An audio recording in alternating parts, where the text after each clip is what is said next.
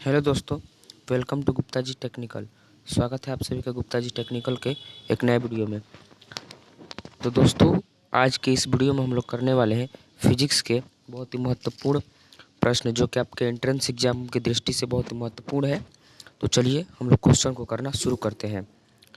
तो दोस्तों, यहाँ पे जो हमारा पहला प्रश्न है वो है कि वेग का एसआई मात्रक है, जो वेग है उसका एसआई मात्रक क्या होता है।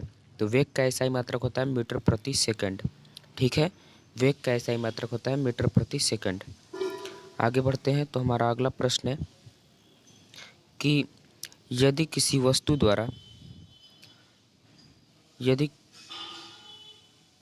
यदि किसी वस्तु द्वारा तय की गई दूरी समय के वर्ग के अनुक्रमानुपाती होती है, यानी डायरेक्टली प्रोपोर्शनल होती है, तो हम यह कदम, यानी कि देखिए, यदि किसी वस्तु द्वारा तय की गई दूरी समय तय की गई दूरी और समय के वर्ग के अनुक्रमानुपाती होती है, तो हम यह कदम, कौन सा कदम, मतलब होता है ना कि जैसे ये काम करने के लिए हम ये कदम उठाएंगे, तो ये करने के लिए हम कौन सा कदम उठाएंगे।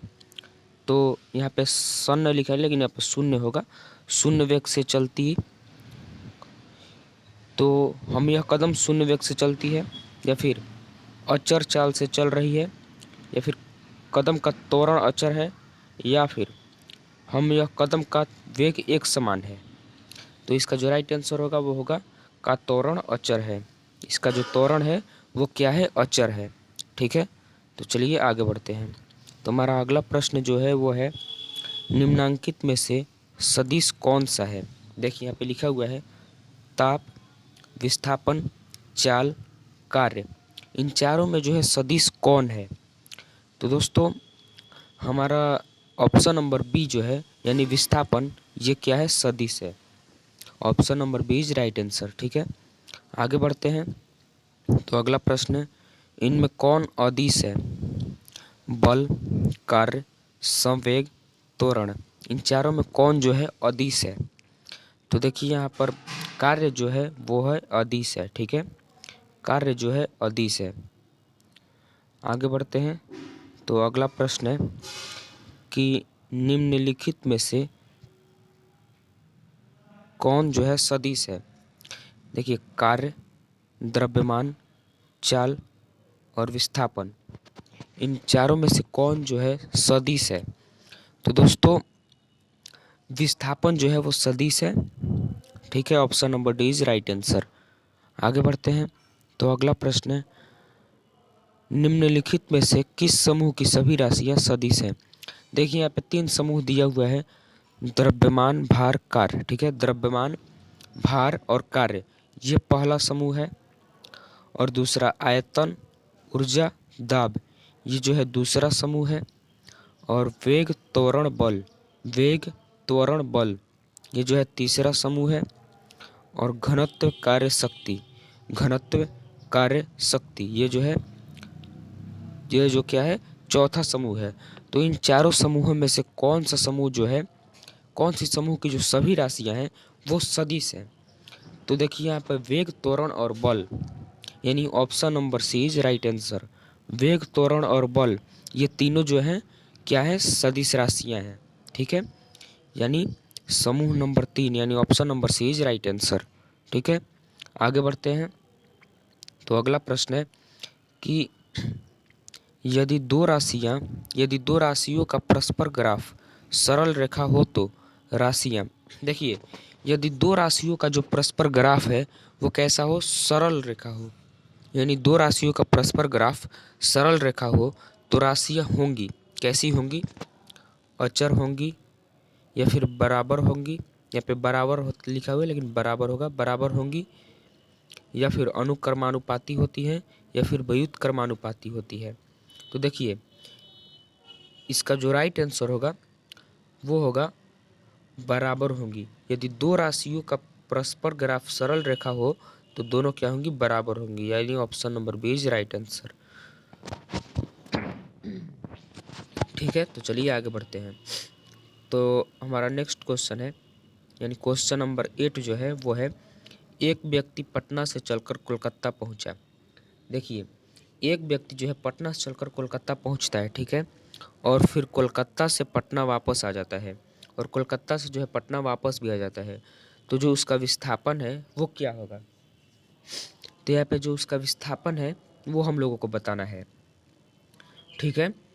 तो देखिए, कोई भी व्यक्ति अगर मान लीजिए ये, और ये मान लीजिए ये पटना है और ये क्या है? कोलकाता है, ठीक है। तो ये पहले इधर गया, ठीक है, ये पहले गया और फिर यहाँ से आ गया।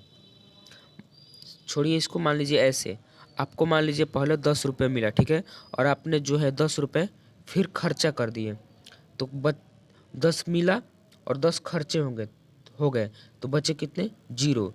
तो उसी प्रकार से पटना से चल के कोलकाता पहुँचता है, ठीक है। क्या करता है? पटना से चल के कोलकाता पहुँचता है और फिर कोलकाता से चल के पटना आता है, तो जो इसका विस्थापन होगा वो क्या होगा? 0 होगा, यानी option number C is right answer, यानी कि 0 होगा, ठीक है। तो चलिए आगे बढ़ते हैं।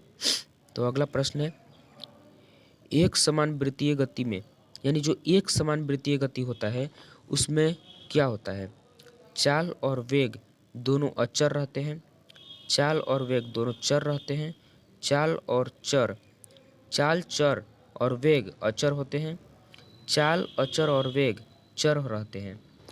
तो देखिए, इसका जो राइट आंसर होगा वो होगा चाल अचर और वेग क्या होते हैं? चर होते हैं। चाल भी चर होता है, अचर भी चर होता है और वेग भी चर होता है। ये तीनों क्या होते हैं? चर होते हैं, यानी एक समान वृत्तीय गति में, यानी option number D is right answer, ठीक है। आगे बढ़ते हैं। तो अगला प्रश्न है, यदि त्रिज्या वाले वृत्ताकार पथ पर, यानी त्रिज्या वाले वृत्ताकार पथ पर चलने वाली किसी वस्तु का रेखीय वेग क्या है? भी और कोणीय वेग ओमेगा, इसको बोलते हैं भी और डब्लू है, सॉरी भी और डब्लू है, ठीक है। कहीं कहीं भी ये इस प्रकार का लग रहा है, ओमेगा के टाइप का लग रहा है, लेकिन ये डब्लू है, ठीक है। रेखीय वेग क्या है? भी और कोणीय वेग डब्लू है। तो इनमें से कौन होगा, क्या होगा, कौन सा फॉर्मूला सही होगा? तो देखिए,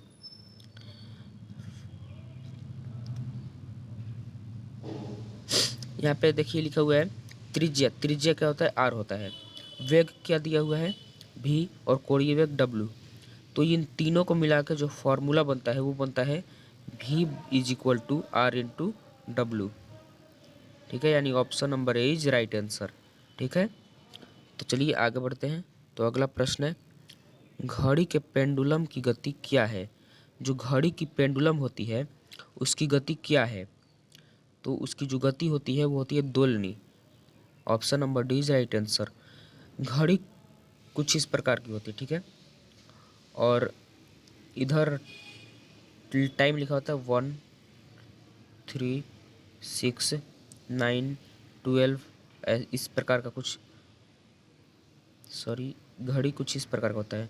यहाँ पे 1 नहीं, यहाँ पे 12 होता है, यहाँ पे 3 होता है, यहाँ पे 6 होता है, यहाँ पे 9 होता है, ठीक है। और यहाँ पे जो है पेंडुलम दिया रहता है।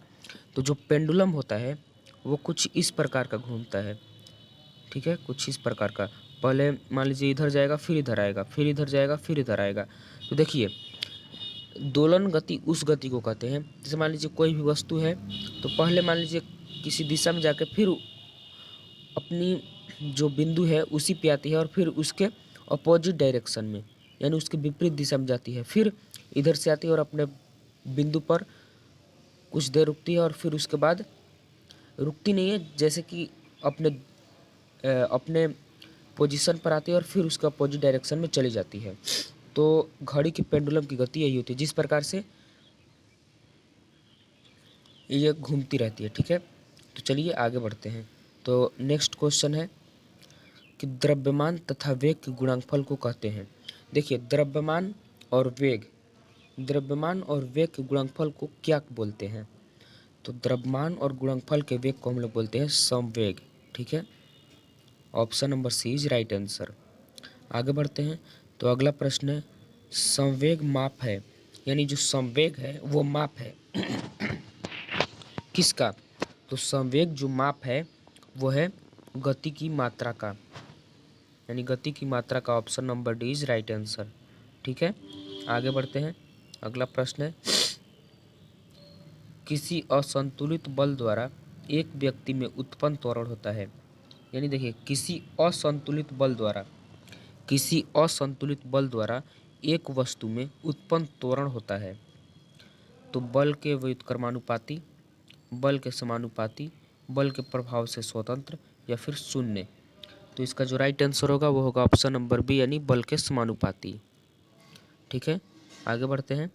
तो नेक्स्ट क्वेश्चन है कि एक समान वेग से गतिशील जहाज में बैठा एक व्यक्ति ऊपर की तरफ एक गेंद फेंकता है।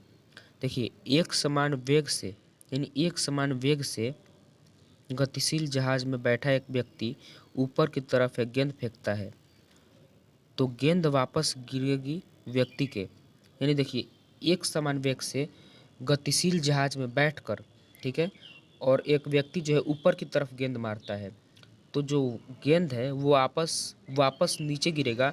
तो कहाँ गिरेगा? हाथ में, आगे, पीछे या फिर कहीं नहीं। तो देखिए, उसका जो राइट आंसर होगा वो होगा ऑप्शन नंबर, यानी हाथ में।